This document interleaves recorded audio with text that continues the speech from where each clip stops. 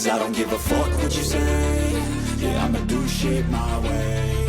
So you can go kick rocks, I'ma stack bricks up, build what I want to make. Yo, I got a lot of shit to say, so I'ma do this every day. I'll be writing things until I'm fucking buried in my grave. 6 feet deep under, but my body won't decay. Cause my message is... Well, welcome to the What They Wrote podcast, our special surprise episode where we're talking all things Onyx Storm. I'm author Whitney Welsh Gibbs. This is Megan Brebner, and we're just two girls who spent 20 hours reading Onyx Storm, and now we can't stop thinking about it.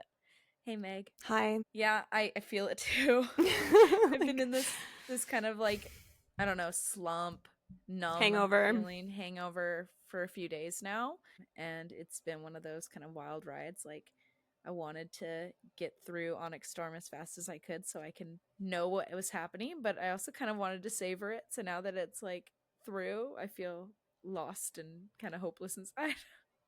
1000%. And we've even had a few days to like fully process it. Mm-hmm. And it gets a little worse every day the more you process it, but it also gets better simultaneously.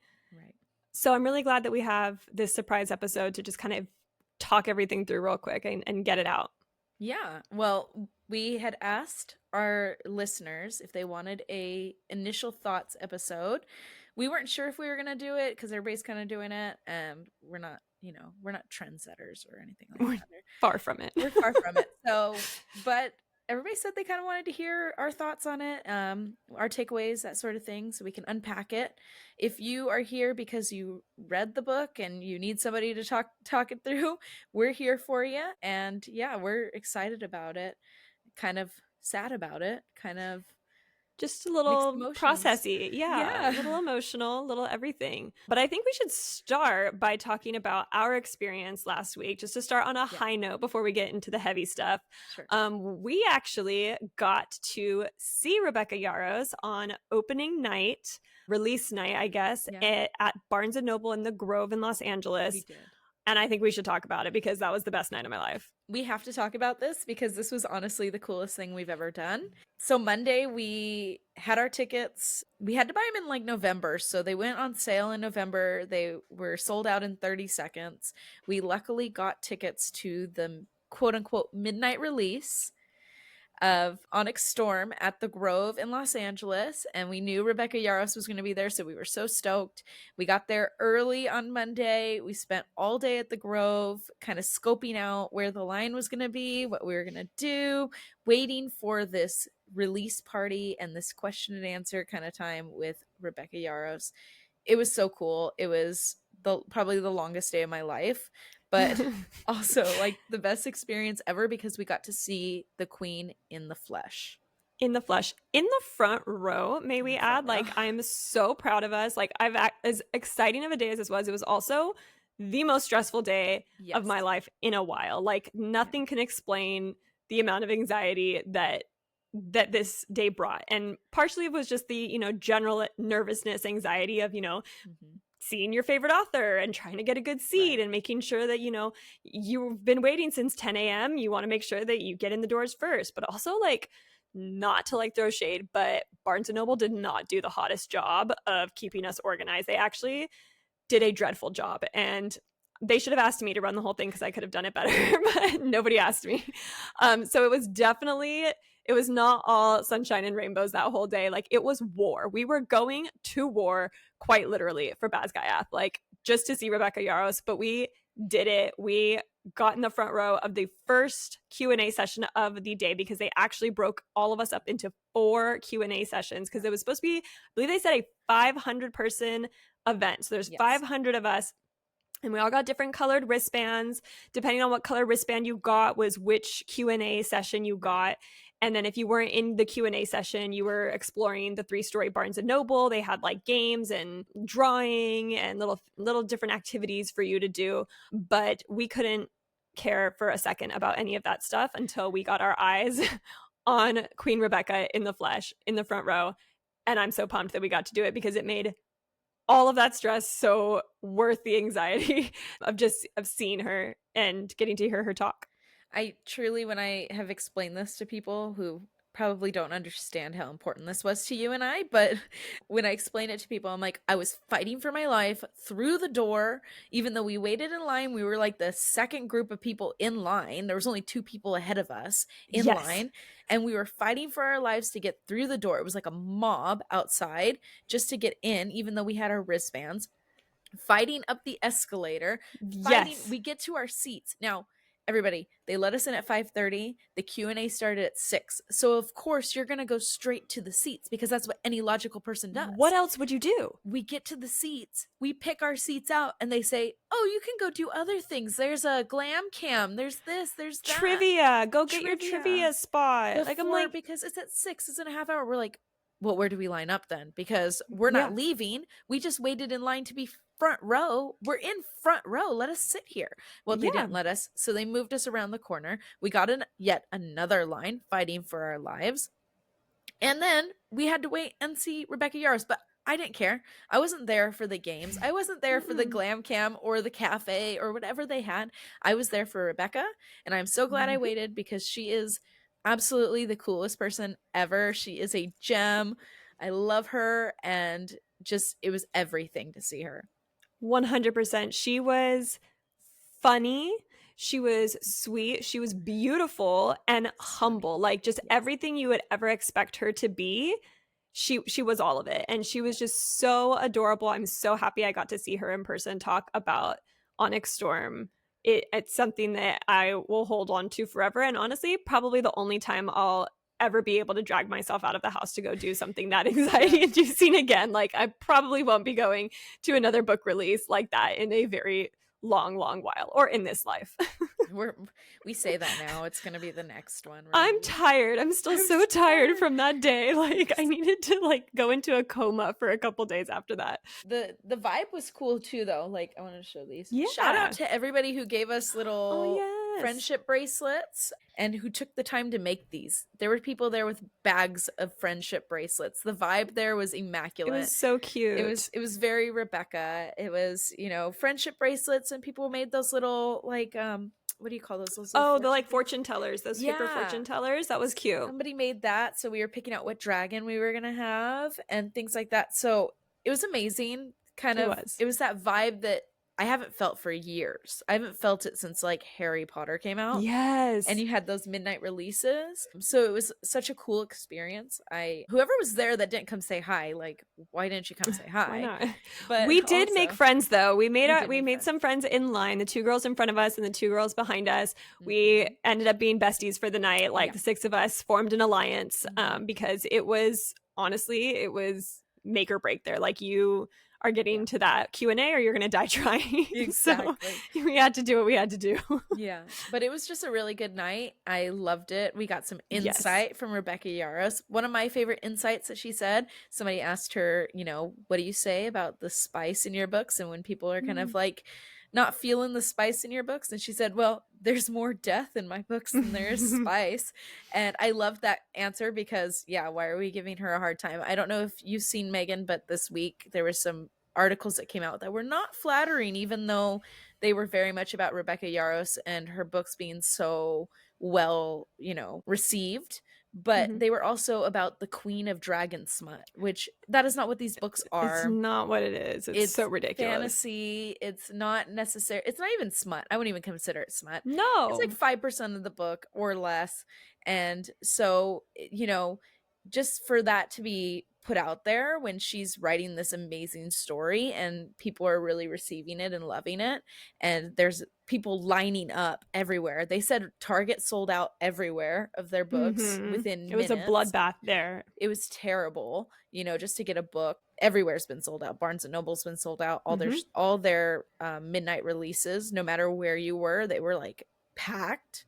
So what is happening with these books and how everybody is just loving them and taking them in, that should be respected and should be really seen. So the fact that she addressed that head on, I love that answer. And I was like, yeah, she's right. Like way more people die in these books and there's way more war and like that sort of thing that we can focus on than the spice.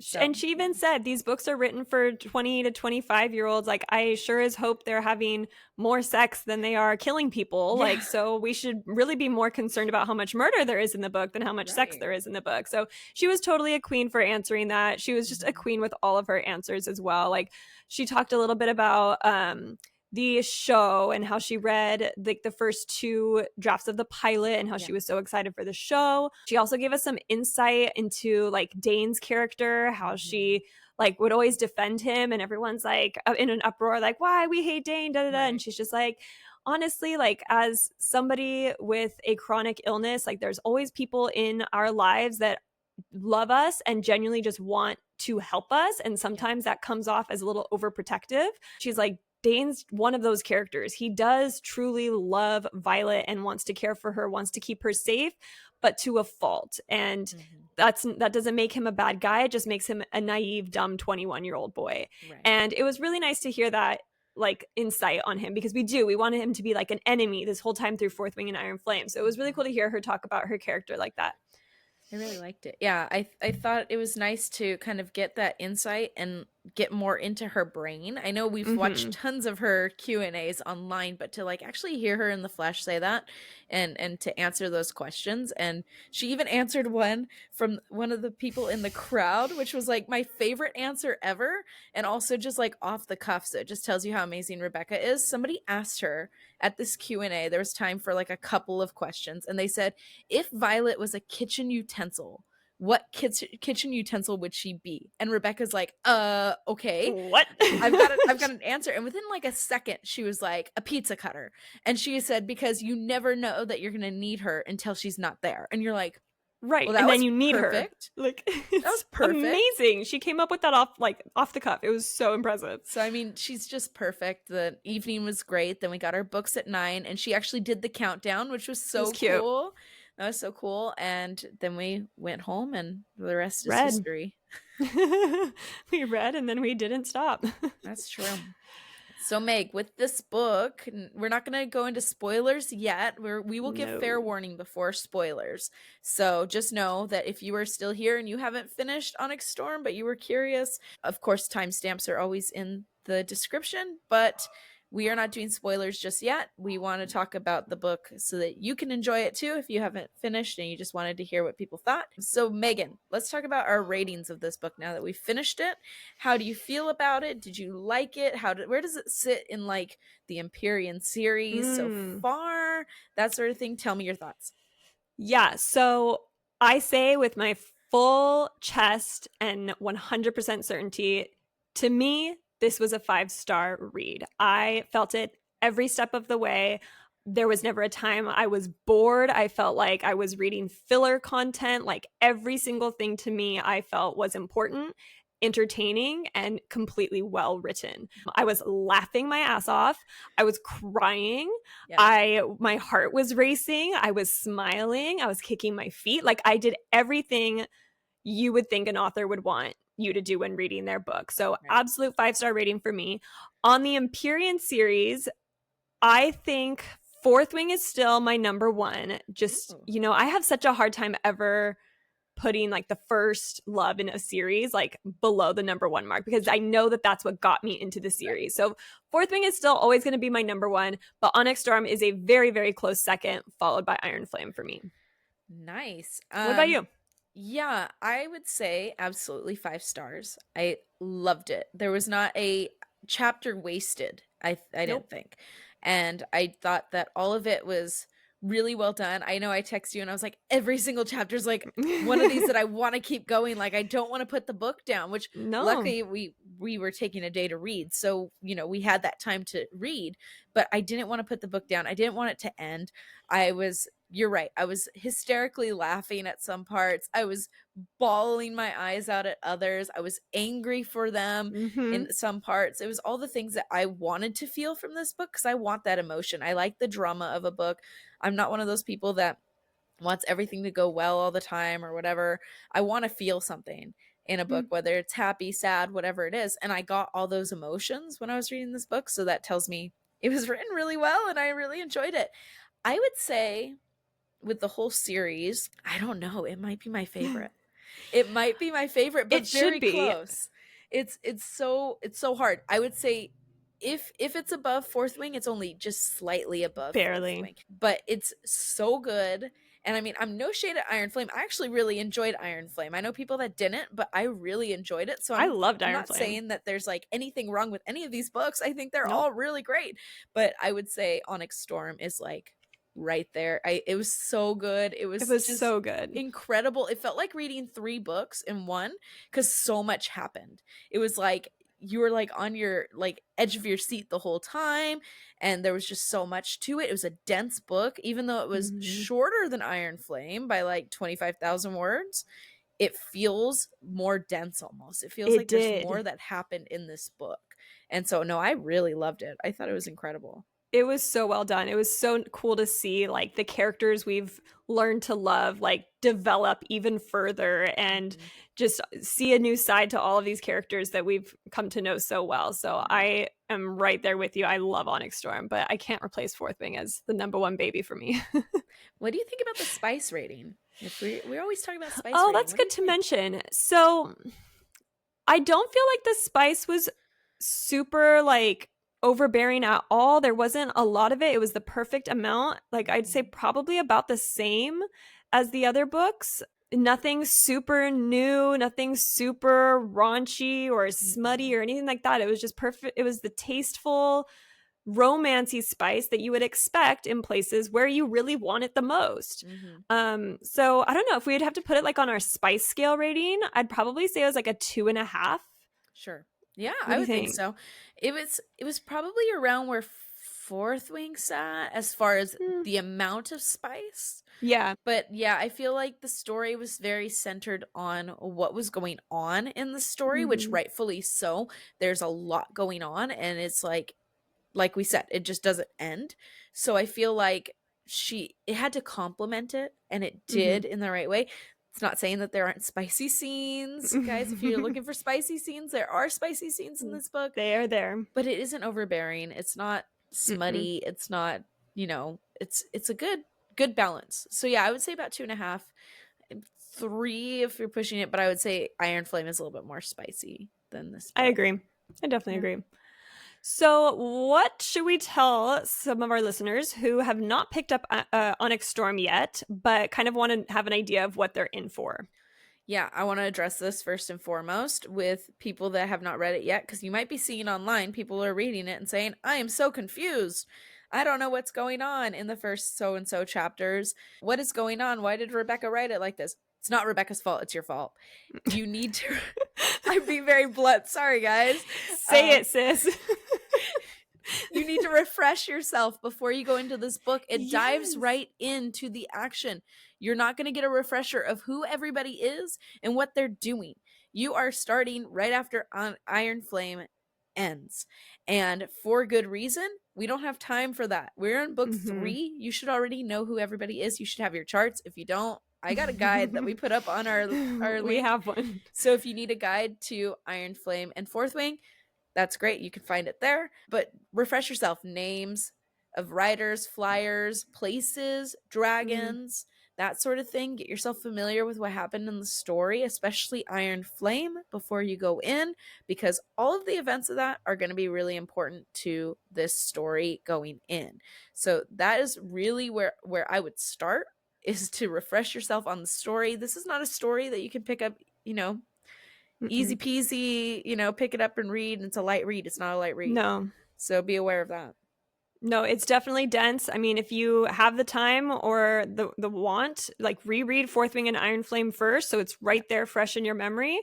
I mean, we get characters that may have seemed minor before and they're not so minor now, and you're like, oh, well, who was that? You really should go back and start to look it up. Or as soon as you approach their names in the book, like go back, go find your charts, remind yourself, who is this person? What year are they?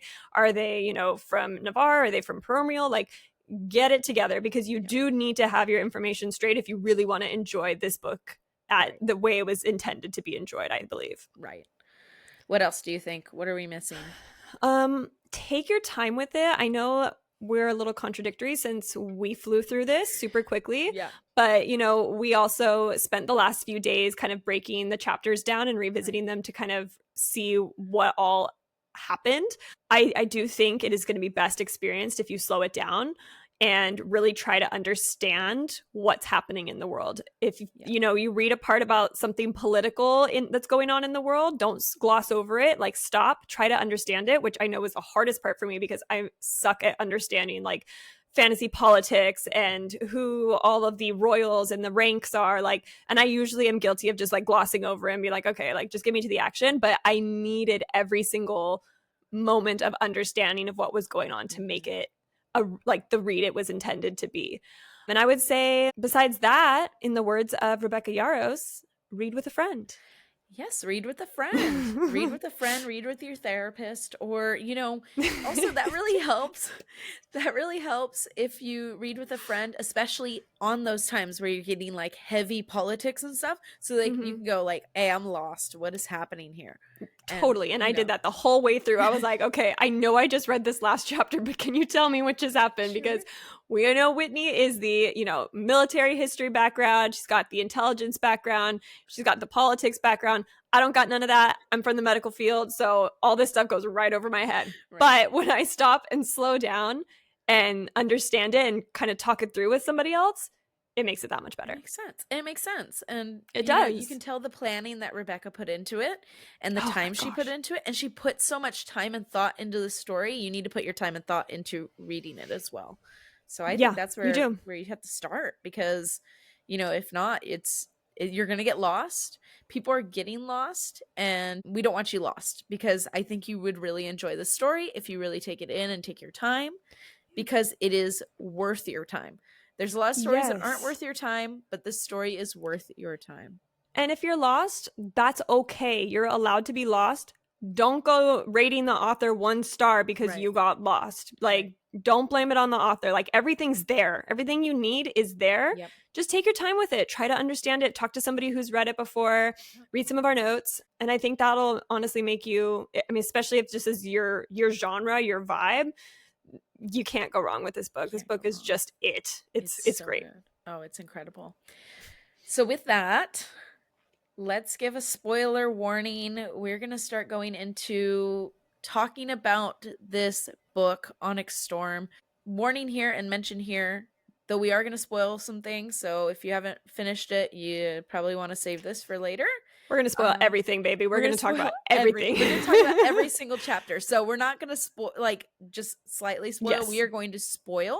So please, if you haven't finished, leave, come back later. We'll see you then. But also, we are not going to deep dive into our theories, into real deep into this. I'm sure we'll probably go deeper than we want to on this, but that's just us.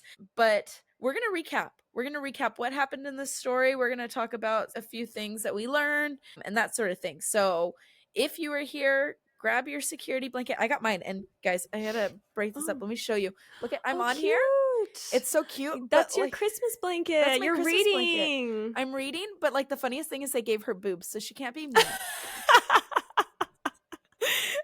I just wanted to share this with you guys. She's an imposter, but she looks kind of like me. And she's my security blanket for today as we talk about this incredible book. But itty bitty titty committee problems here. Itty bitty titty committee. Yes, we are the co-chairs of the itty bitty titty committee. So absolutely, join our club. So right here, spoilers are starting now. Yep. You have been completely warned. We are going to start spoiling everything right now. Here we go. Whitney, what first do we learn in this book? Of all the things we wanted to learn when we had our last talk, what are we going to learn in this book? Oh my gosh. Okay. Well, we're going to learn a lot. We did learn a lot. But first and foremost, the one we wanted was Papa Sorrengail, his name, and some background on him. We got more information on Papa Sorrengail. That is coming. What else? Let's see. Papa Sorrengail's other name? Maybe. His other name? That was a shocker, but we'll talk about that. Garrick's signet. Yes, we did finally get an answer for Garrick's signet. We also got clarity on the ice-wielding incident in the Battle of Ressen that so many people came to fight us on. I want to talk about this when we get there. Yes. Okay, yes, we will talk about that. We finally learn Eric's signet and his dragon's name, which we did not know going into this. Oh, Eric boy. What else?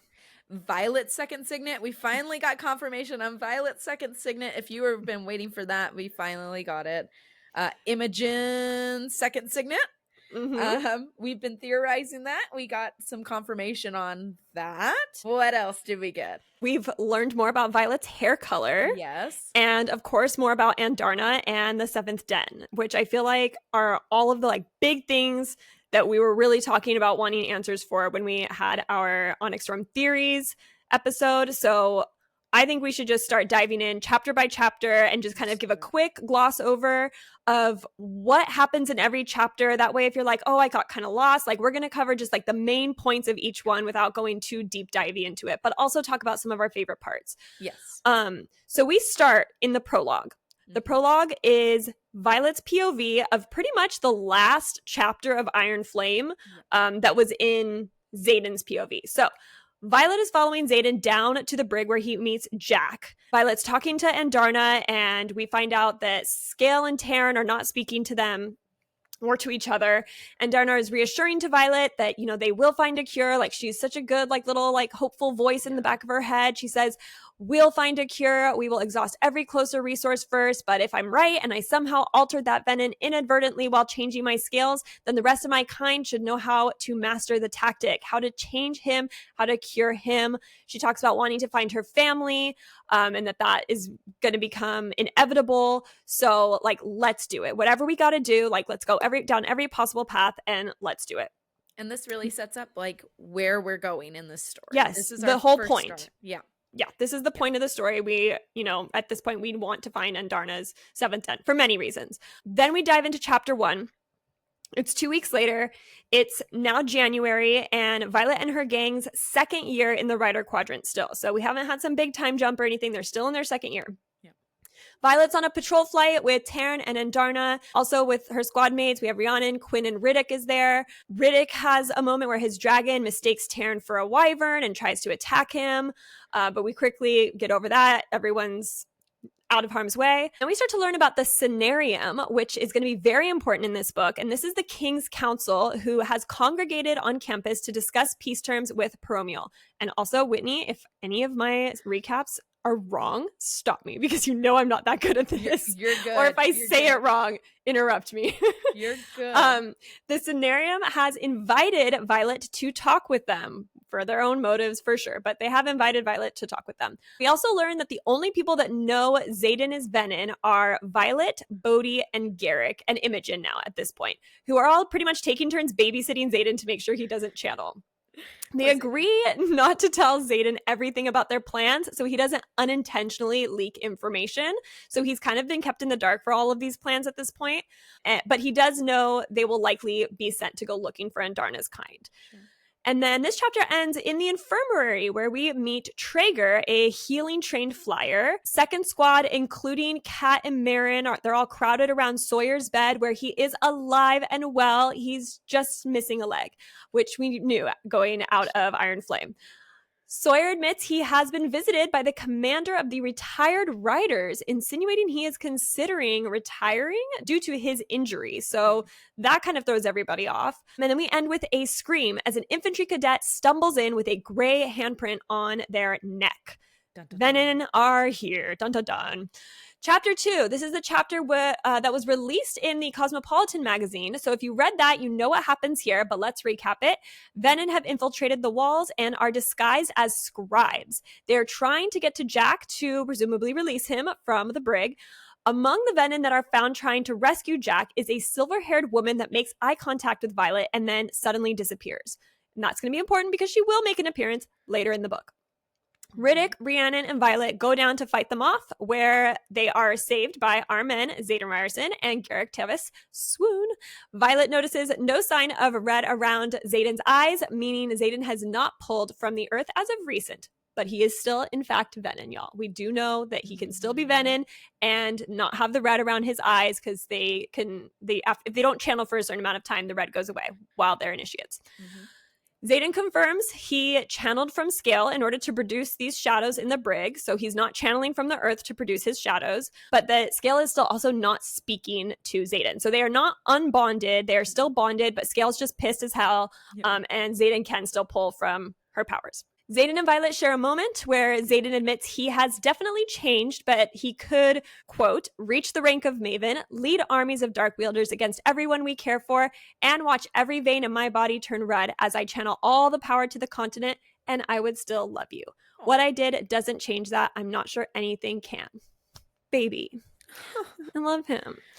And then Zayden does also admit that he can sense the Venin and feels them calling to him, which will also come into play a little later on. Chapter 3.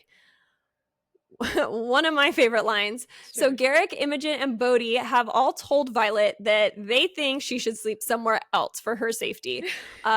Garrick asks Zayden, quote, she told you we think you should sleep somewhere else, didn't she? Quote, Zayden says, she did. And I'll tell you the same thing she said to Imogen. Get fucked. Like, fucking sassy Zayden is here, and he's like, get fucked. We're not sleeping in a different bed. Go F yourself. I love it. So now Violet has to face the Scenarium, which is comprised of Llewellyn, representing Tyrandor, I believe. And he had a hand in Liam and Zayden being properly trained for the Quadrant in their foster home with Duke Lindell. So Zayden knows Llewellyn very well. That is something we really just need to unpack just for a sec. So in Fourth Wing and Iron Flame, Llewellyn and Lyndall are talked about, and it's almost interchangeably. So we kind of had a thought, like, are they the same person? Llewellyn is on the map as a place. So, I mean, that could be like his house or whatever, but it's on the map. So we were kind of confused at what was happening here, because we know that Zayden was fostered in Tervain. That's not even on the map.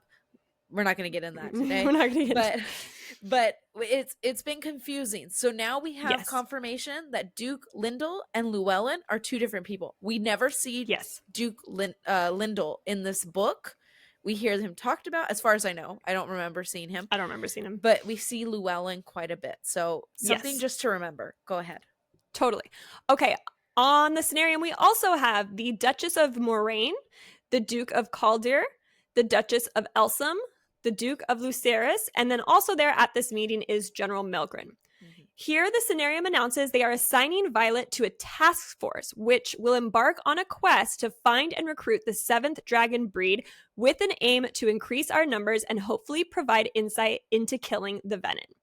They also announced that this force will be created and led by Captain Grady, who was the RSC professor from Iron Flame that gave Violet and her squad that signet dampening serum when they had that terrain assignment that they had to get through, the land nav. Yeah. During this time, the Orishan riot will remain at Basgaiath in the meantime.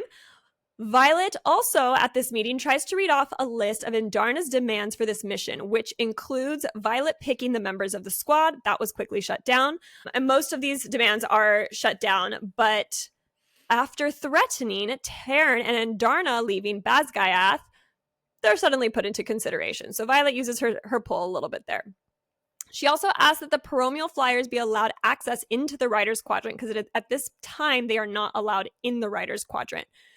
Llewellyn gives Violet a missive with a message in Tekris's writing that says, quote, you have 3 days to hold up your end of our bargain. Ooh. So refresh us what that means, Whit. So there was a bargain between Tekris and Violet. It's actually between Zayden that she would secure the Flyers' education within the wards of Navarre, but specifically in Basgaiath. It was before they came over, it was going to be in Eratia. We remember they walked over the pass to get there. There was that whole scene with the Flyers and the riders going over that pass. And we remember that one of the Flyers died. I'm not going to remember her name. But we remember this thing. Even when you do a recap, you're gonna forget some names. But she was not there very, very long. But this was that agreement that they made, and it's actually kind of an expanded agreement because they want to bring more in, because they don't have that school in Cliffsbane anymore, because it's been taken over by Venin. So they don't really know what to do with their Flyers, and they're not getting any education. So they need a safe place to educate them, but they have to be able to wield in order to learn. So Violet has to kind of find a way to get these people to wield and to get the council, the Cenarium, to allow them to wield and to stay and have their education. Because they can't fully wield within Basgiath's wards is another problem too. So there's a lot of layers to this problem. They cannot wield. They could still under Orisha's wards because they were not complete, if I remember correctly. Yes, absolutely. So lots of things going on here. So they go ahead and leave it at that. They're all like, okay, we'll think about the rest of your demands. We'll get back to you. And then we have the first spicy scene between Violet and Xaden in their bedroom where they attempt to have some sexy time when it appears Xaden has started to channel based on the lightened wood on the headboard in the shape of his thumbs and the smell of burnt wood. So naturally, Xaden freaks out. He's like worried that he could have accidentally channeled from Violet and lose control. So that effectively ends sexy time and takes us right into chapter 4.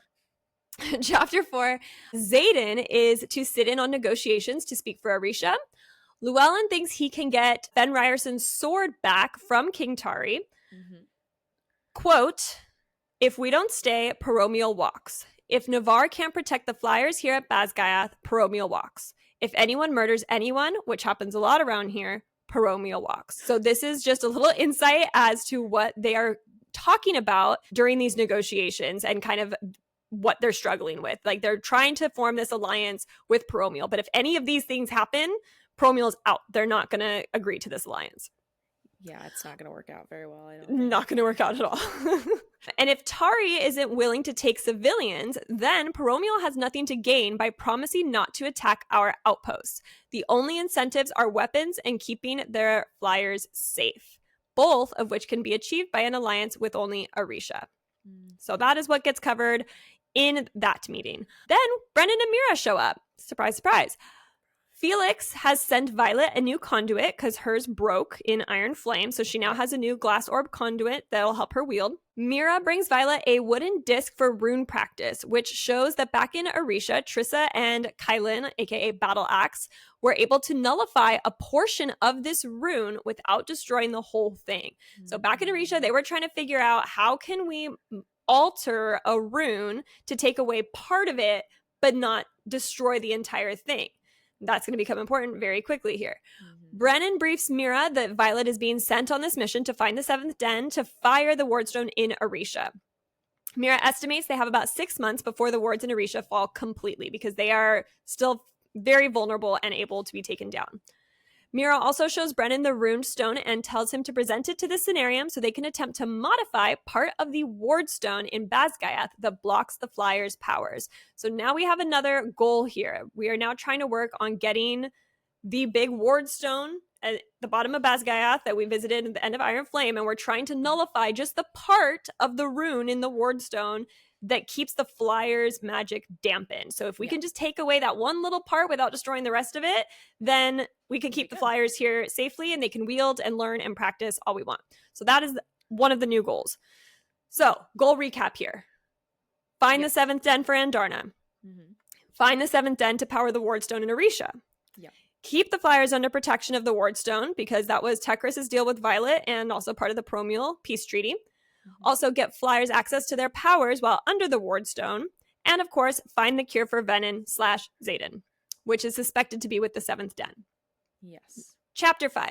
Flyers have been granted access to the grounds of the Riders Quadrant for a tour alongside a group of first years, which goes great because wing leader Aura Bainhaven insists on a challenge with one of the first-year Flyers at knife point because we can't have nice things for 1 second and we can't just all get along. So all the Flyers and Riders are out in the courtyard either placing bets on or trying to stop the challenge and save the poor Flyer that has been challenged by Aura.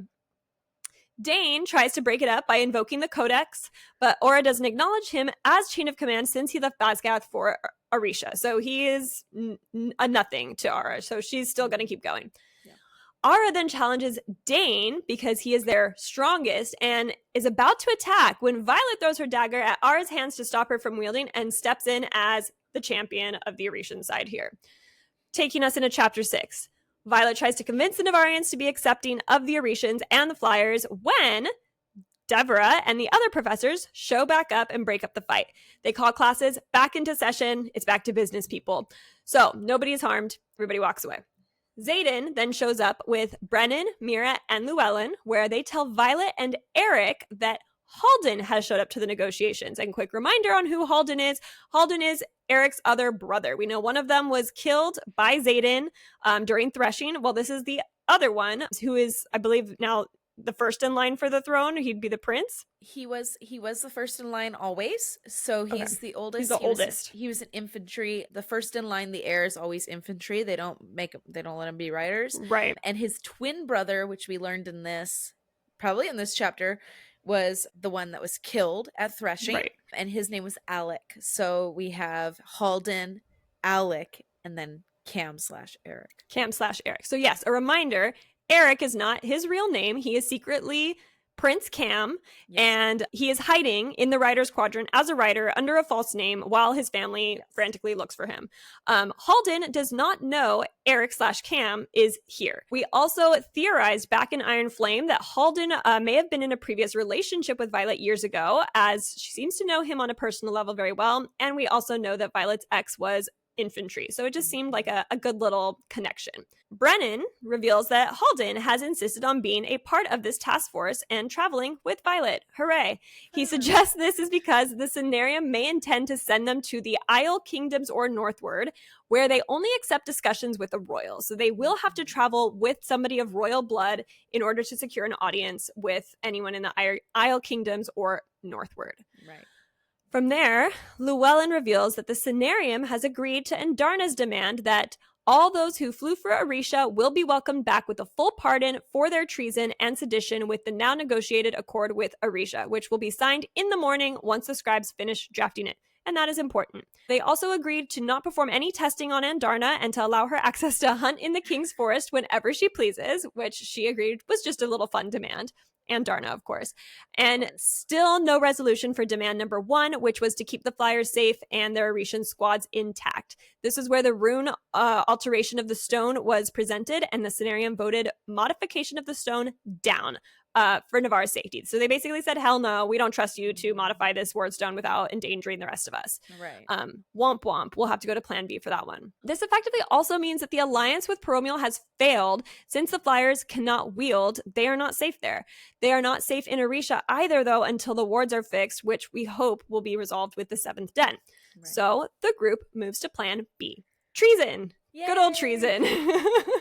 Because what's a good plan without a backup plan causing treason?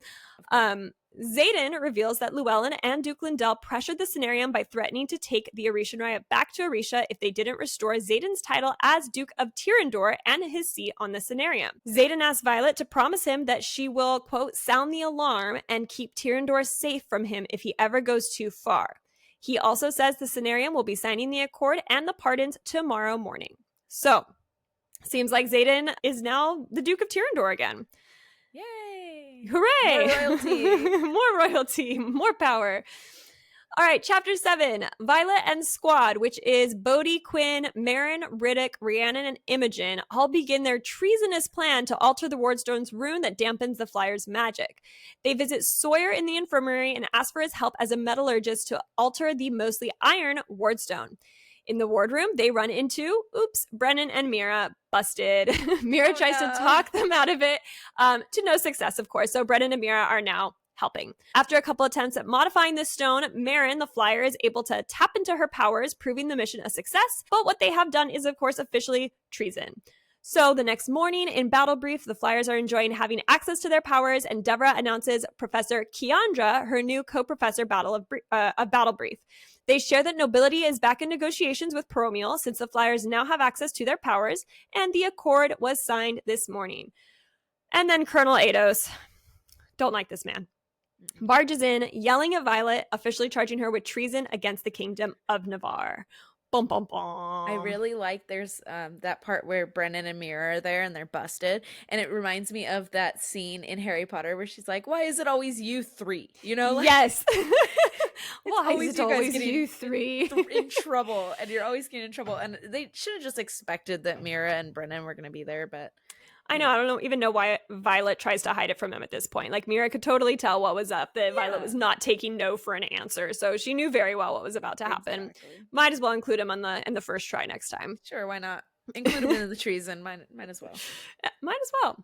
Okay, chapter 8. Violet has been charged with treason, and she demands to only speak with the Cenarium and is escorted off to them, where Xaden is now properly seated at the table as the Duke of Tyrrendor. How convenient. Xaden is also holding Violet's lightning-wielding signet patch that's on her uniform, and it appears to be perfectly cut from her uniform. Violet confesses to altering the Wardstone, allowing for a clear path to negotiate an alliance with Promiel. She's like, great, you guys, I did it. Problem solved. Let's go. What do you want? Xaden reveals that the crime was committed last night, and the treaty signed this morning pardoned Violet and any of her accomplices of their crimes made prior to signing. So our sneaky girl Violet had it planned all along that they would perform this final act of treason before the treaty was signed, without anybody finding out until after the treaty was signed. Yeah. So they can't do anything about it. Ados is pissed. That sucks, but she's been pardoned. You can't do anything about it. So all according to Violet's plan. Then Queen Mariah of Promiel shows up and talks to Violet, granting her access to her own personal library in her summer home, of which we do not know the location. No. Ados is still pissed, but announces that the king has appointed him the new commanding general of Basgiath in place of Lilith, which sucks. Ados is out for blood. He wants to punish Violet however he can, so he punishes Violet and her friends by sending them to Samara for 2 days of duty, flyers and griffins included. Which takes us into chapter 9. Violet, Riddick, Rhiannon, Kat, Marin, and Traeger all report to Samara. Lieutenant Colonel Degranesi is there and couldn't really care less and tells them all to just get some rest and make themselves useful. Yes. She's like, I don't really have the time to deal with cadets right now, so just, don't die. Make yourself handy. Like, I got shit to do. They also admit that the wards had fallen because the ruined daggers had been stolen. But the fighting at Samara had ended yesterday, so the day before, and there was a wyvern attack, but they pushed them back enough and still had many casualties beyond the wards. There's still a lot going on in Samara, and they're trying to keep as many daggers handy as possible to keep the wards up. So they don't want to deplete their resources, so they still keep their wards, but they're running low on stash. Then we enter into a dream sequence. So Violet is back on her dream game, dreaming she is searching for something in a chest in her room. So in this dream, she's in her room looking through something at the chest at the foot of her bed, and there's like blue flames coming up everywhere. So the room is on fire. They're bursting through her room. And funny enough, Kat is there begging her to leave. But Violet is still furiously searching for something, and Kat continues to beg Violet to leave. She says, "You have to live. He'll choose you. I know he will. You're the future queen of Tyrrendor, and your people need you. She hasn't lost her crown. She'll fight for what's hers." All of that is super cryptic and very weird to be coming from Kat to Violet. Yeah. Violet then finds a miniature painting of her family with playful honey brown eyes, and as they try to escape, she drops the painting and watches as the painting turns into her actual family members, burning, screaming, crying, and boom, the dream ends.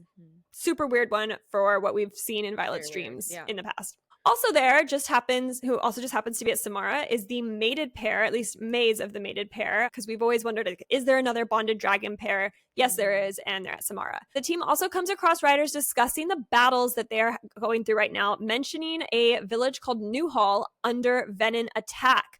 Just so happens that this is where Marin's family has relocated to, so she starts to freak out, wondering if they got out alive or if they have fallen. Samara riders have abandoned this village because they've decided it's too small of a village to risk any more casualties. So our group votes and decides to go save Newhall and Marin's family on their own. So they're basically like, all right, we're just going to go do it on their own. So they say, F Samara, let's go try to save this village and Marin's family. Right. So noble. Chapter 10. The team makes their way to Newhall, where they are quickly greeted by Wyvern and the silver-haired Venin girl they met in the Basgiath dungeons. Told you she'd be back. And she seems to have clearly been expecting their arrival. Tarn has another collision with the Wyvern when they are saved by a brown scorpion tail, which is not Riddick's dragon Airtron, but in fact Garrick's dragon Shraud. Who knows if I'm saying that right? We know Garrick's dragon. It's Garrick's dragon. We know Garrick's dragon. So Garrick has shown up quite literally out of nowhere. As he arrives, a tornado stirs up, capturing Tarn and Violet within it. This tornado flings them out. They are thrown into the mountainside, bouncing around when Violet hears Tarn's roar and says the bond has gone dark. And I don't know about you, but at this point, I panicked. I'm like, I almost oh threw shit. up. Like, I was so scared. We are not doing this early in the book. It is chapter 10. Why are we losing Taryn this early? But stay with us. Stay with us. Okay. Complete panic between Violet and Andarna ensues. Even Andarna's freaking out because she can't get to Taryn either. When finally, Violet senses a little glimmer of a bond and Taryn's chest starts to rise. So, whew, Taryn is alive. He's alive. So then Garrick helps Violet up and admits Xaden sent him off to help him when he heard they were going rogue. And Darna also tells Violet that the rest of the Dragon Riot does not know Shroud is there, meaning he blocked the rest of the dragons out. Why? Why is he blocking the rest of the dragons out instead of announcing his arrival? Yeah. We'll find out. Violet pieces together that Maze, that bonded dragon, notified the Basgiath dragons about their mission, but only saw them leave about 40 minutes prior to now. And Basgiath is an 8-hour flight, therefore begging the question, how did Garrick get there so fast? Then our silver-haired Venom girl shows up again and wields lightning. What?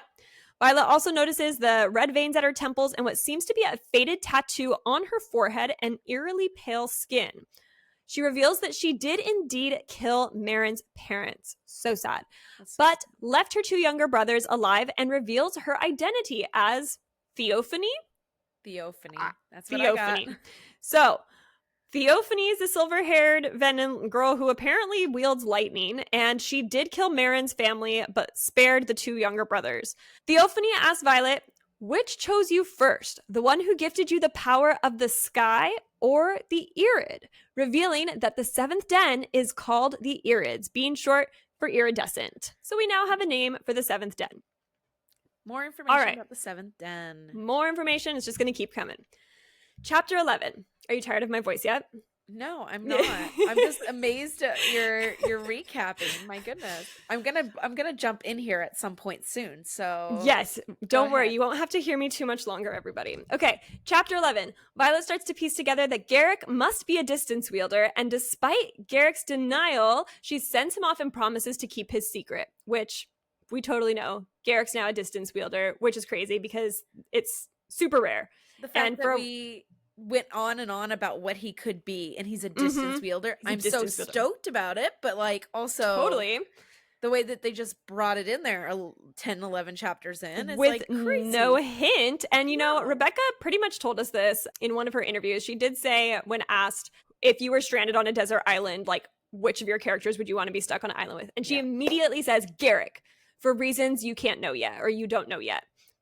Right there. Why else would you want to be stranded on a desert island with somebody besides the fact they can get you off the island? So this is just a big, obviously. Okay, so our fam bam returns to Basgiath and brings with them Marin's 2 brothers. Brennan, go ahead. I'm going to stop you for a minute. Garrick is not only a distance wielder. He is not. You're right. We did learn his actual first signet. He is a wind wielder. They acted as though we knew this all the time. But we did not. We did not. And I almost skipped over it because I was so excited that he was a distance wielder. I text Megan and I was like, so could he still be what I thought he was? And she's like, no, it said wind. And I went back and I was like, yeah, okay. It does. We do get some time where Violet mentions, oh, like, there's no way wind could have blown you this far. Like, and then we also see him wield wind later on in the book. So yes, we now have both of Garrick's signets. He is a wind wielder and a distance wielder. Yes. Tough shit. Cool. Brennan has now brought erranment out of Orisha, which is revealed to be illegal. That just comes into play later, so something worth noting. Xaden announces that Marin's brothers are now deemed Tirish citizens and will be taken to safety back to Tyrrendor with Mira. Colonel Ados reminds Xaden and Garrick that Melgren ordered them off to the eastern wing, Samara, and Brennan mends Violet's injured knee. Xaden kicks everyone out to make out with Violet. Boom. Yay. Chapter 11 done. Chapter 12, we have some Violet Xaden kissy time. Xaden draws the line at kissing out of fear of losing control. Violet then straight up asks Xaden if Garrick is a distance wielder, which he confirms. And then our favorite part that I know you want to talk about. Yes. Violet then admits she thought she once saw Liam wield ice at the Battle of Resin, which Xaden confirms, and asks, how often do second signets accompany these particular relics? And Xaden replies, often enough to be sure Kaori can't possibly have accurate records, but not too completely that anyone questions why I only present with one. So let's unpack that for a quick moment. let's unpack this. First of all, whoever came at us so vehemently in our comments and said this could not be real. Rebecca Yarros said herself in an interview, which none of us could find, that it was an editing error. First of all, I'm an author, guys. If it was an editing error, it would have been taken out of the book. Let's be real. I have multiple copies of Fourth Wing that are not first editions, and it is still in the book for a reason. It has been confirmed here. So if you were in our comments, I don't need an apology, but just know that you were wrong. You were wrong. Just know. And that I sat there and I went, oh, you guys. I've been searching the internet thinking I was wrong, that I couldn't find this. And it has been doing my head in. It has been our most seen video and most liked video and talked about theory. So I'm so glad that this was addressed so early on in the book. I'm so glad. And just head on. But I'm also amazed, and there's a lot we still don't know. Yes. But it is something that was really big that has now been confirmed. And do we believe that not every marked one has a second signet? I don't. I think they all got second signets, but they just don't all know that they all have one because they're all trying to keep it secret. Yeah. And they probably all have dangerous ones that they're not supposed to talk about. Good ones. So half of them are in tin 6 or something. Right, exactly. They're not supposed to talk about. So we get that taken care of. Boom. Yep. Liam did wield ice at the Battle of Ressin, and some marked ones appear to have second signets. So classes resume, and we are waiting for the Signazins cadets to arrive at Basgiath because, as Whitney mentioned earlier, they are sending more cadets over to us. Yeah. So we're waiting on them. Xaden writes Violet a letter that has been coded to inform her that he fought in Fervin last night and slipped, pulling from the earth. Garrick is with him while they wait for his eyes to return to normal before coming back. Of course, that's not what the letter said. It was just very clearly coded. He was just oh, I almost burnt out, and so I'm going to wait here while I rest up and replenish. But it was all very clear that he slipped, his eyes are red, and Garrick's staying there with him. He also says, I have a solution in mind to prevent future burnouts. Is it just me, ? Or does my pillow smell like you? Which is cute because we know Violet was just at Samara and probably laid in his bed and slept. So Violet and Imogen then pay a visit to Jack, who looks like shit and is on his way to death's door. Yes. Good. Violet, yes, as he should be. But of course, what's our girl going to do? Well, I'll tell you right now. Violet's going to bribe Jack to answer her questions in exchange for a little blip of power from her conduit to keep him alive longer. So she asks him some questions. 1, can you sense each other? He says yes. When we're new, we're not as adept at hiding ourselves. Initiates and Asims are traceable to one another, but cannot sense sages or mavens. Question number 2, do you have to be taught to channel? Or can you turn evil all on your own? He says, not if you're already experienced with the flow of magic. So someone who has never wielded would require instruction, but a dragon rider or griffin flyer, the source is there. We just have to choose to see it, to bypass the gatekeepers and take what's rightfully ours, which is something we had asked, I think, in in one of our questions leading into Onyx Storm was, how do you, can anybody pull from the earth or what? So that answered that question. She also asked, do you know their plan? He says, no, we're not as stupid as you assume. Information is need to know. She also asked, how do you cure yourself once you channel from the source? And Jack says, what I really am is free. Well, in part. We trade some of our autonomy in the exchange for unfettered access to power. Maybe you see it as a loss of your soul, but we aren't burdened by conscience or weakened by emotional attachment. There's no cure because magic does not negotiate and we do not wish to be cured. That's not helpful. So Violet gives Jack the conduit alloy. He replenishes and says some asshole shit to Violet, and Imogen wipes his memory. There we go. All done with that. Chapter 13. Violet and team, including Sawyer, visit Jasenia. Jasenia has been stripped of the adept path and its privileges due to her, quote, failing 3 exams. But it was Markham's way of punishing her for deserting for Arisha, so she is now under Grady's command instead of Markham. Mm-hmm. And Jasenia reveals a couple things to us. She reveals, 1, it was recorded when the last Irid hatches and bonds that the cadet born of a writer and scribe shall be gifted 2 signets. So, this is talking about Violet, obviously. Violet. Uh-huh. Then she gives Violet 6 books, which mostly cover the southernmost isle of Deverelli, since that's the last isle they had communication with. Mm-hmm. been revealed that Grady has been requesting tomes on the Emerald Sea in the north, which, as you remember, Grady is heading this task force. So she's thinking about heading to the Emerald Sea up north, while Violet is getting books that cover southernmost island of Deverelli. Right. It's also revealed that their vault, the scribe's vault, is missing a lot of tomes that just happen to be in Queen Marae's library. Also revealed that a journal of General Cadow is missing a bunch of pages after he notes that there may have been an outside isle supporting the Second Crowland Uprising. Violet wonders, the Second Crowland Uprising was supported by an Isle Kingdom? But that was in the 400s, right? And it was assumed that Corden sent soldiers. We severed all communication with most isles after they sided with Peromule around 206, and they in turn killed every emissary we sent in the centuries that followed. So how would General Cadow know that? Well, there is a scribe, and only one who would know the answer, and that would be found in Papa Sorrengail's research. And that's how we leave Jesinia. 3 days later, Xaden has been gone more than 10 days. Signizen still hasn't sent their cadets, and Violet wonders, where is Queen Mariah's summer house and library? Still don't know about that one. At Battle Brief, Deborah gives them all a new set of books about Venin, one of which Kat's cousin, Drake, wrote. We learn that Professor Keandra will be teaching the new history class on Venin.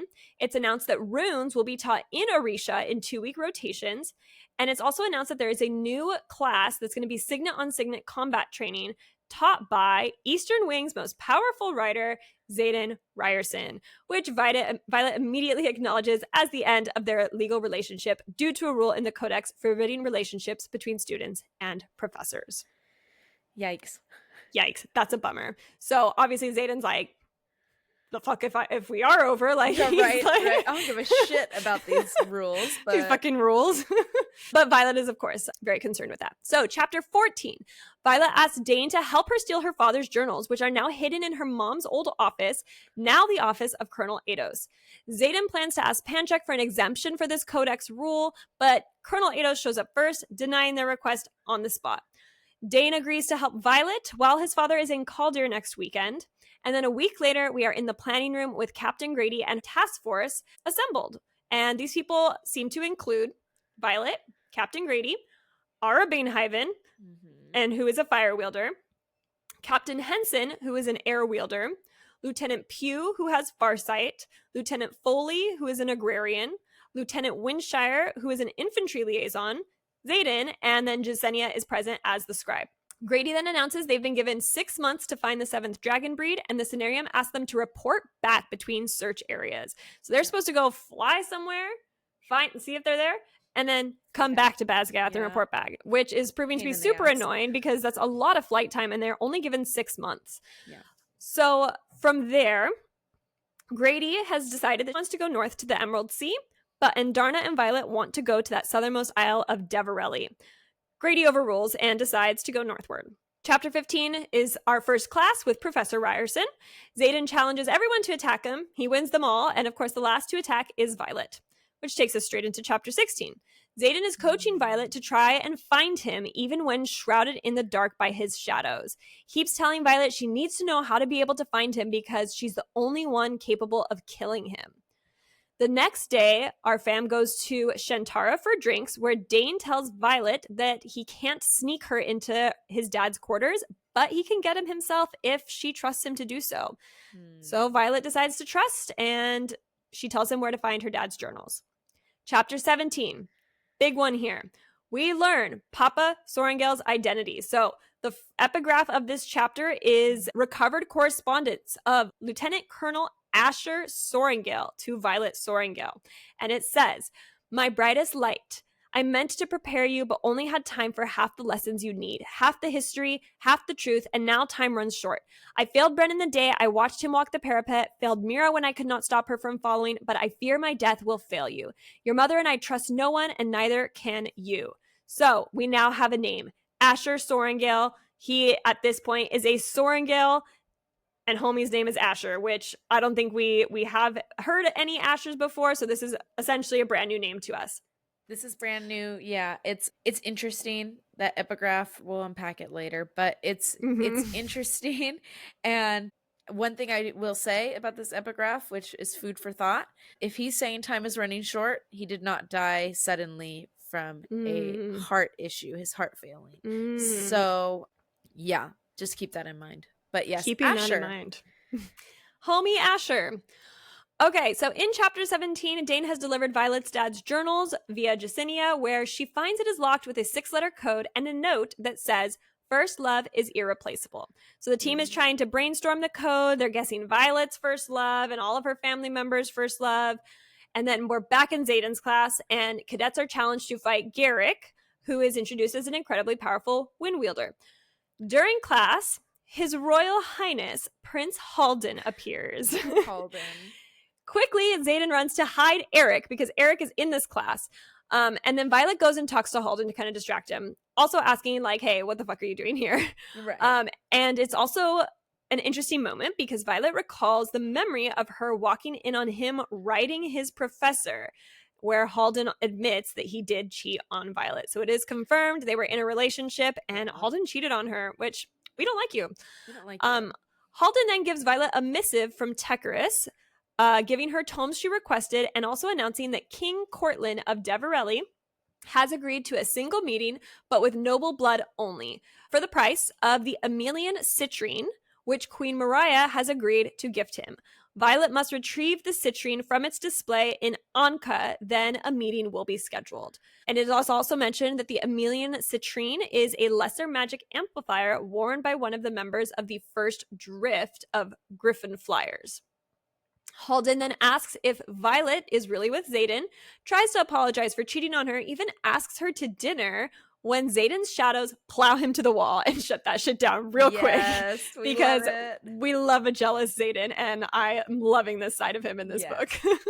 So, taking us into chapter 18, Violet figures out the code to her father's journal is her mother's dragon, Aimsir, because that's their first love, and dragons are irreplaceable.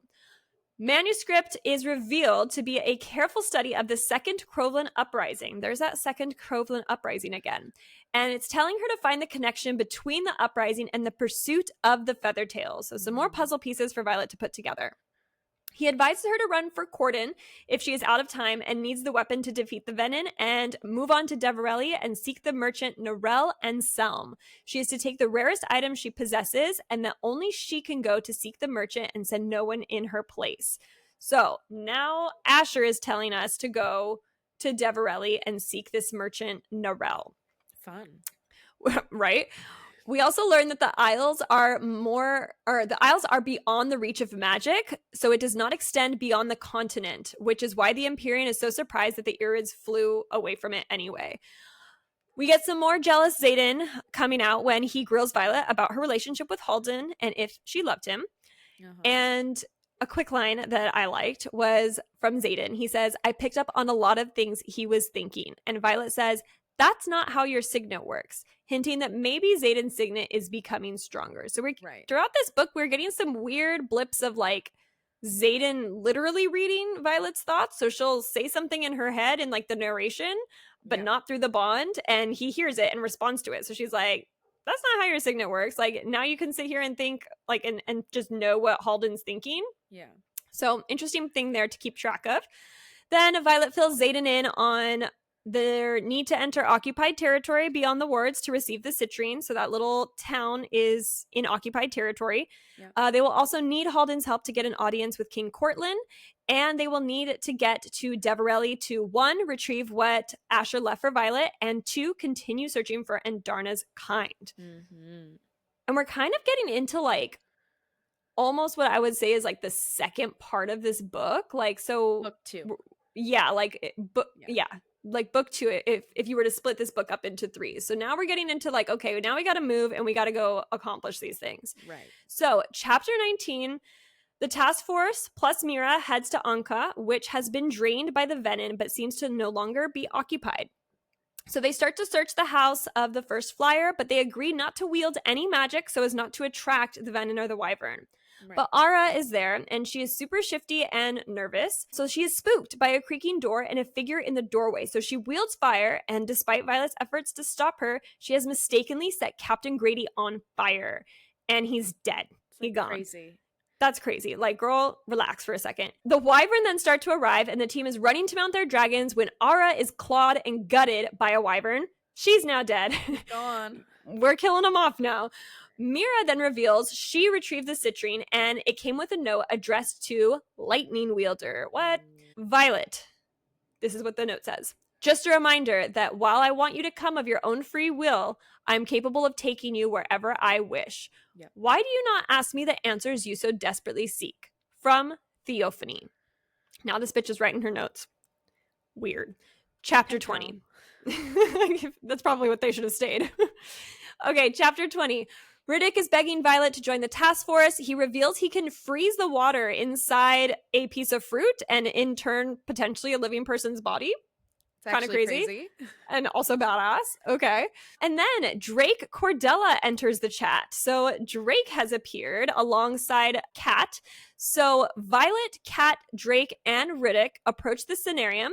And in there, we also have Colonel Ados, Markham, and Halden. And Mira is supposed to be there, but she is late.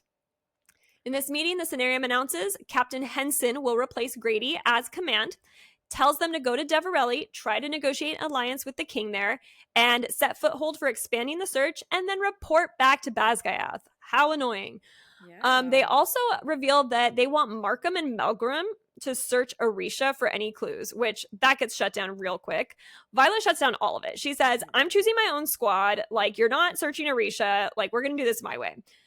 Mira then arrives, and Halden grants Violet one chance to form her squad. If she fails, a new commander will be assigned, and refusing to continue will negate the terms of the Second Orisha Accord, which is the one that gave Xaden his title. Mm-hmm. So now we have our team here, which is going to be Xaden, Mira, Riddick, Kat, Drake, Dane, Prince Halden, and Prince Halden's guard, Anna, and of course, Violet. The meeting concludes.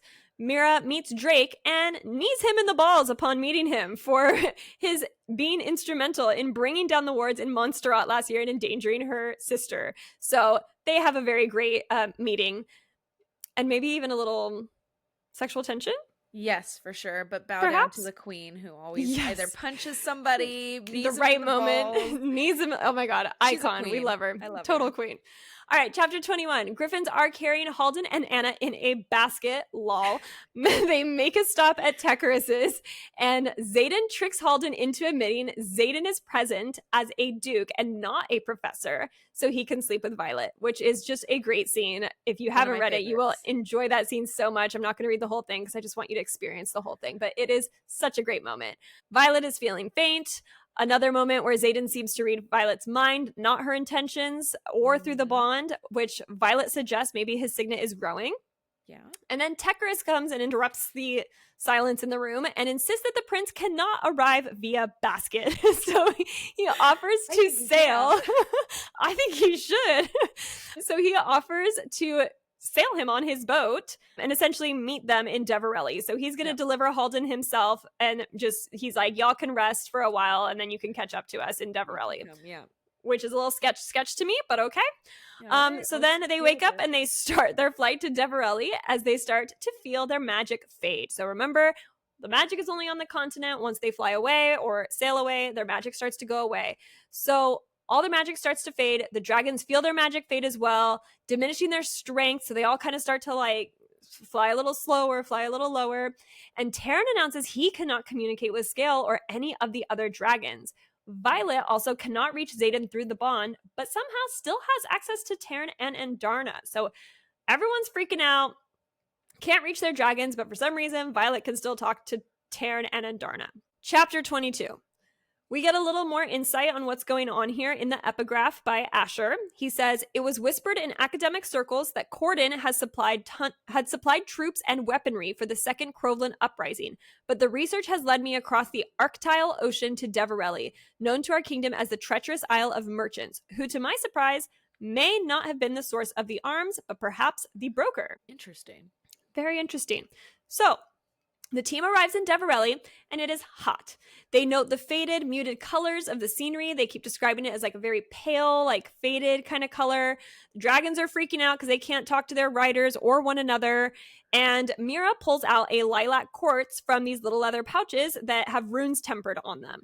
And one of them just happens to be shielding you from sunlight, which I'm like, we love a girl that wants to remember her sunscreen. So like, thanks, Right. Rebecca, for looking out for those wrinkle lines from the sun. So one of the runes Mira has brought is SPF. Love that. Then Tekris, magical SPF. Also, I want my SPF in a crystal. Like, what? Yeah. Okay, so then Tekris has announced that he has secured Halden an audience with the king. Oh, we don't see Halden yet, though. Chapter 23, everybody minus Halden and Tekris rides horseback to find the merchant Violet's dad mentioned. Violet, Mira, Dane, and Xaden enter this shop that they were directed to, and Violet asks the shopkeeper where to find Narelle. When two assailants try to attack Mira, Xaden intervenes, knocks them down, and then Narelle comes out and says, "You must be Asher Sorrengail's daughter, here to collect the books he wrote for you." Mm-hmm. Chapter 24, Narelle admits Deverelli don't worship gods, but science, and Narelle refers to our company as Emerales. She also says, "What you call the divine intervention of love, we call alchemy. Two substances combined to make something entirely new, not unlike what's between the two of you," pointing to Xaden and Violet. And then we have another best scene in the book. She says, "Have to admit, that kind of confident violence isn't what I pictured when Asher talked about you." She's talking to Xaden after he like is super possessive and like protective over Violet. So she says, "That kind of confident violence isn't what I pictured when Asher talked about you. But the brown hair, those, I guess they're brown eyes, and how utterly smitten he predicted you two would eventually be for each other, well, he described you almost perfectly, Dane Ados." And Violet says, "Oh, fucking kill me now." Yes. Mira doubles over laughing. It is super fucking awkward in here because Narelle obviously thinks Xaden is Dane because Asher like predicted that Dane and Violet would end up together, which is great because Dane's also standing right there. Yeah. Mira's in the background watching the shit, laughing her ass off. And it's just a beautifully awkward, hysterical moment. Actually laughed out loud during this. Yeah. It was so well written and so funny. So we move on from that. Narelle tells Violet that her father hid away his work with the sole intention for her to find it, the last of it being left with Narelle 4 years ago. She can only give it to her if she had attained the intelligence and understanding she would need to comprehend it. So Violet reveals that the rarest item she has is actually her mind, she realizes. And she now has to answer 3 questions. We love all the 3 questions here in this book. It's giving us a lot of information, to be honest. Yes. So, first question, what is the title of her father's manuscript? And she responds, Subjugated, the Second Uprising of the Crowland People. And Narelle then asks, okay, in chapter 14 of that, your father alludes to the Crowland uprising falling apart because of Deverelli, but didn't offer any specifics. Any hypothesis as to what happened? Crowland didn't keep their part of whatever deal they made with Deverelli. Deverelli withdrew their brokerage, removed the other Isles troops, and told the Promish king where to find the rebels. That's what Violet replies. Then she asks, that's not good enough. What was brokered? And Violet says, dragons. So then she reveals that she hypothesizes that Deverelli brokered a deal with Krovla and an unnamed Isle, that the Isle would provide the army and Krovla would provide the dragons. But Krovla crossed into Navarre to try and find the Feathertails. When they were unable to do so, the deal fell apart, leading to what was called the Midnight Massacre, and Krovla just remained part of Peromio. And then her final question for Violet is, what made you leave the prince? Referring to Halden.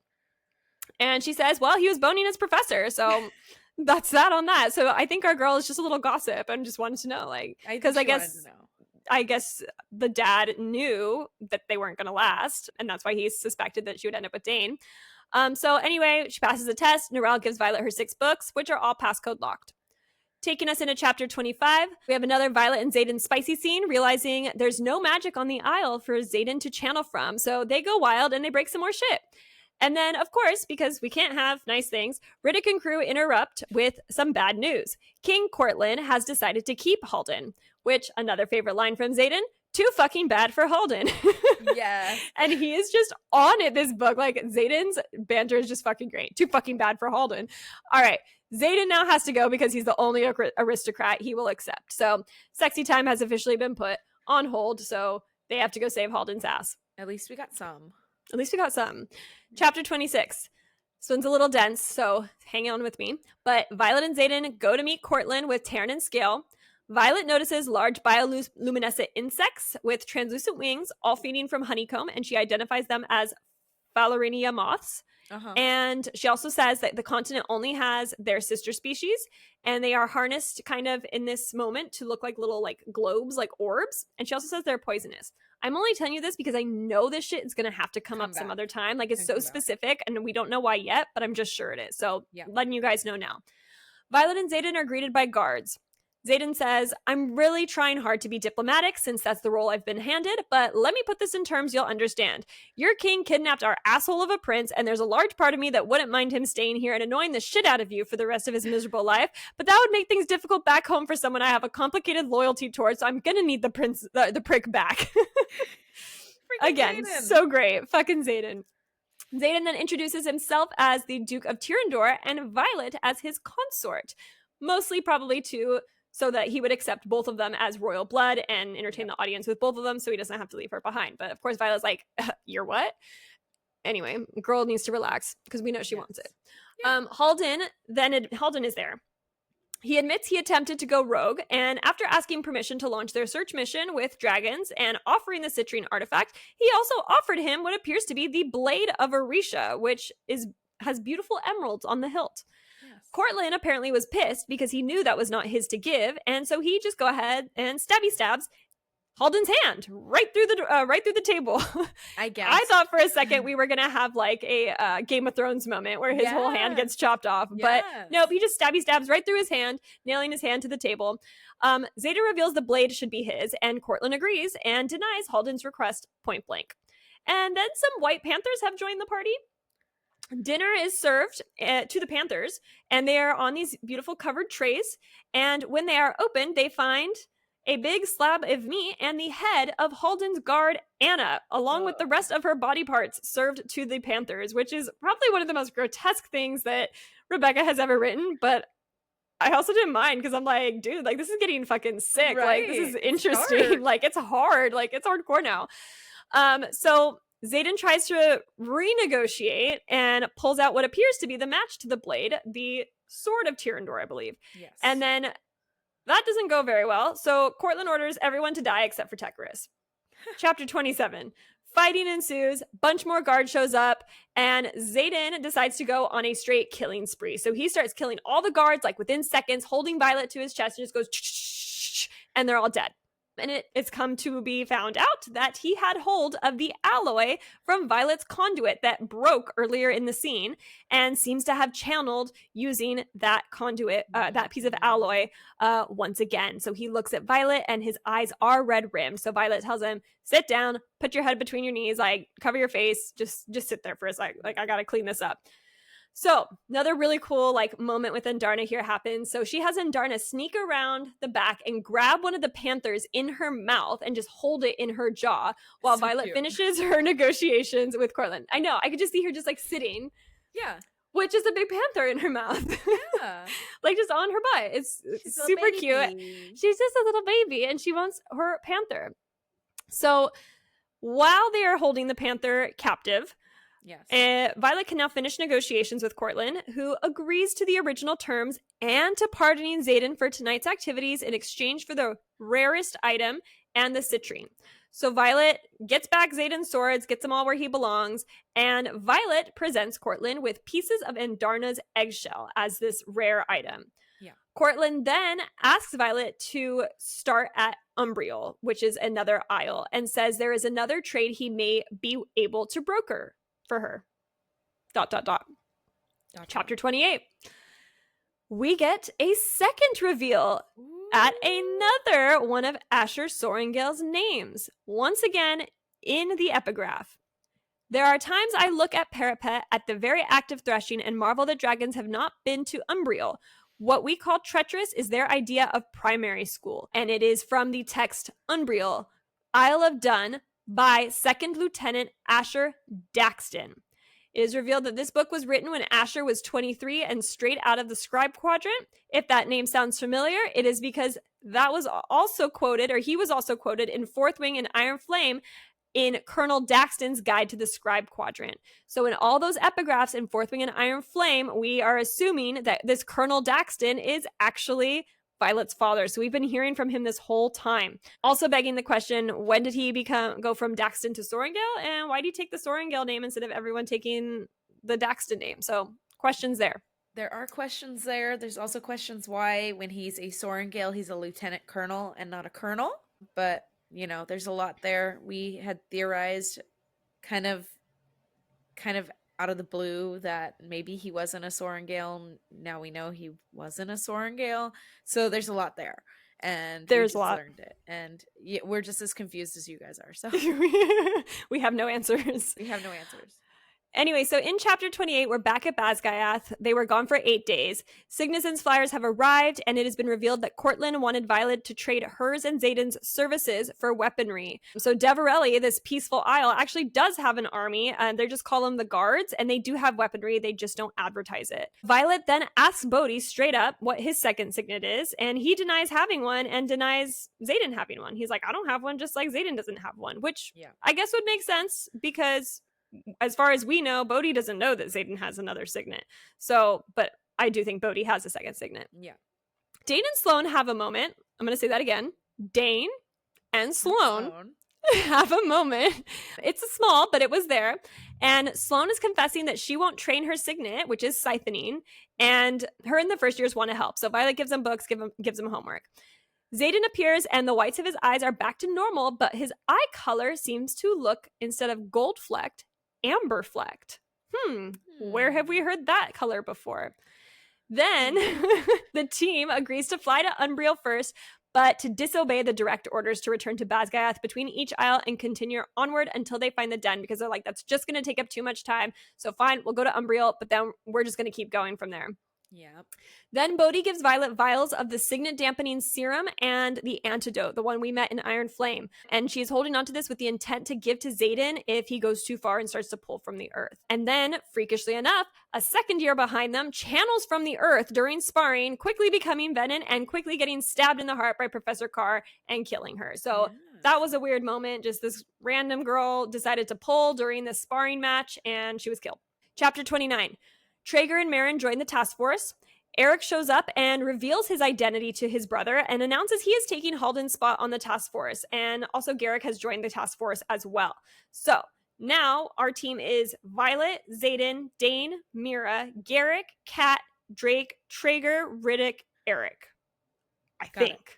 Because they did it to be an even number, and at some point they have to split in half, and that's 5 of them is half. So I'm pretty sure I got them all there. No, you're right. So then the team goes from Athabine to Corden to Deverelli to Umbriel. So they have this whole flight path and end up in Umbriel. Okay.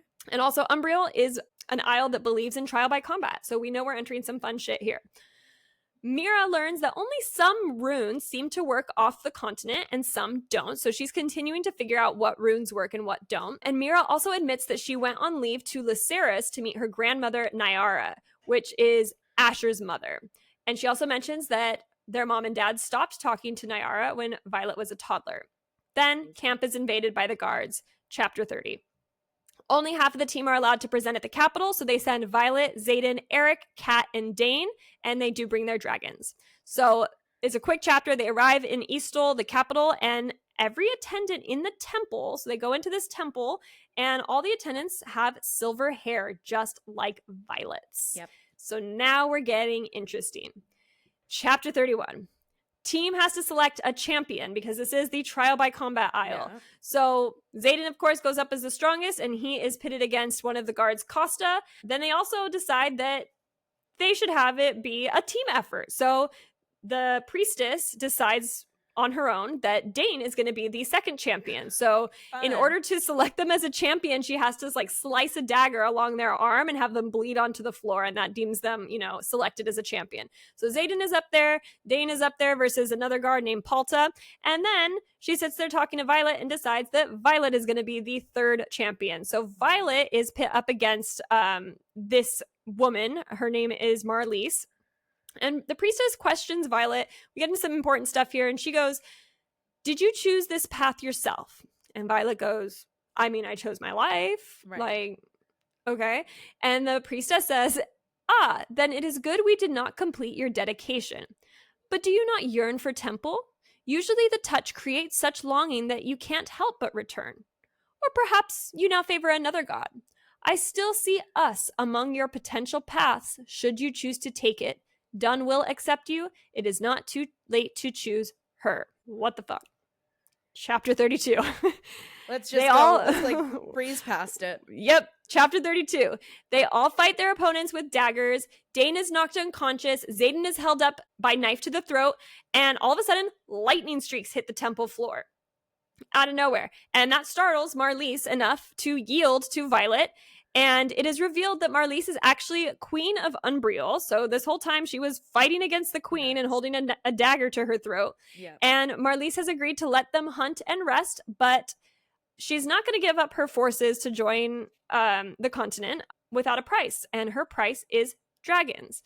Takes us into chapter 33. Marlise specifies that she wants 12 dragon eggs, 2 in each breed, and then they will bring their army to the continent. A little more talk about the word dedication. And then everyone is wondering if Violet is the one who wielded the lightning during that battle. But Violet insists there is no magic here for her to wield. She's like, I don't know what you guys are talking about. Like, I didn't do it. There's no magic here. But everyone's like, did you do it? Did you do it? And then the team decides to move onward to Hedotis, which is another island. This is the island built on knowledge and peace. And it seems to be colder here and also has even paler vegetation. In this isle, one has to prove wisdom in order to meet the triumvirate. And you know what? That word gets like stuck in my head like all day. I don't know why. Like it's just one of those words like triumvirate. I don't know. I was just like, it was in my head all day skimmed yesterday. over how to say it. In case anybody cares. In case anyone cares. What's also weird about this place is it's a coastal city that has no port. So all the boats appear like marooned on the shore. Yeah. Like, which is a very weird thing. So when they arrive, they are approached by Ferris, the second of the triumvirate, and his eyes are so blue, they are purple. He also has like a cane with a little red gem on it, and he decides to be such a gentleman, and he introduces his wife, Talia. Talia comes up, and Xaden quickly recognized Talia as his mother. Oh. Xaden's mother has entered the chat. So, I know that was a lot to digest. Yeah. Let's take a break here at the halfway point. And that concludes part 1 of our Onyx Storm debrief here on the What They Wrote podcast. To hear the second half of our debrief, join us for part 2, which is posted now, and we will see you on over there. This episode was brought to you by Palmera Travel Group. Our travel advisors will help you to plan any and all travel from A to Z, including bookish travel. Travel to locations found in or inspired by your favorite books. Whether you like to travel solo or want to bring a group of friends, we help you to manage all aspects of your trip. Ready to plan your next bookish adventure? Contact Palmera Travel today at www.palmeratravel.com. That's www.palmeratravel.com. Or on Instagram at Palmera Travel. That's at Palmera Travel. Palmera Travel. We plan, you travel.